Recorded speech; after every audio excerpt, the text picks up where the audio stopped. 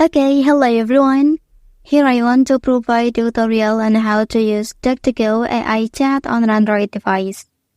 Well, knowing how to use the DuckDuckGo AI chat feature on an Android allows you to get instant answer to your questions, access relevant information, and engage in conversations with an AI assistant. Okay, this feature can be helpful for tasks such as finding information, getting recommendations, or receiving assistance with various topics. So let's go to the tutorial. Okay, firstly open DuckDuckGo app. Well, so here open any website in this browser.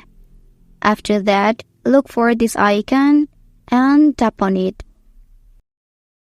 Okay, click Get Started, and then click Next, and then click I agree to continue.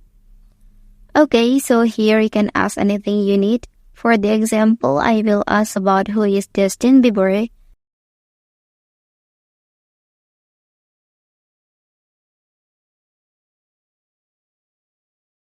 And then it will load the information about him.